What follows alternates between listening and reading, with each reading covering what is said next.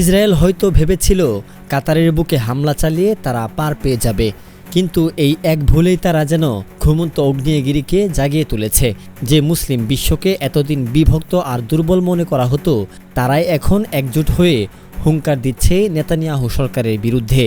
আর সেই ঐক্যের কেন্দ্রবিন্দু হয়ে উঠেছে কাতারের রাজধানী দোহা।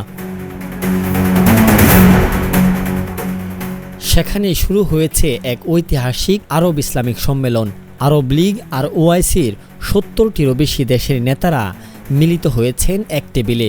তাদের সবার মুখে একটাই কথা, কাতার একা নয়, পুরো মুসলিম বিশ্ব তাদের পাশে রয়েছে। সম্মেলনের শুরুতেই সুরটা বেঁধে দিয়েছে কাতারের প্রধানমন্ত্রী। তিনি বিশ্বমুরুলদের দ্বিচারিতার কথা তুলে ধরে বলেছেন, ইসরায়েল যে অপরাধ করছে তার বিচার করার সময় এসেছে।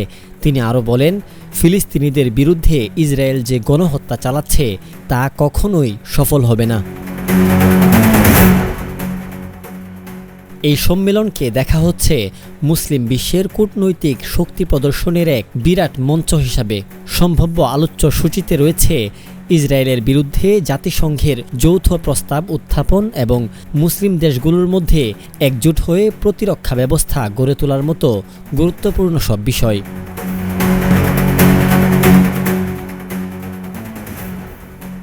বিশ্লেষকরা বলছেন, এই সম্মেলন থেকে যদি সত্যিই কোনো কঠোর এবং সম্মিলিত পদক্ষেপের ঘোষণা আসে, তবে তা নেতানিয়াহু সরকারের জন্য হবে এক বিরাট ধাক্কা।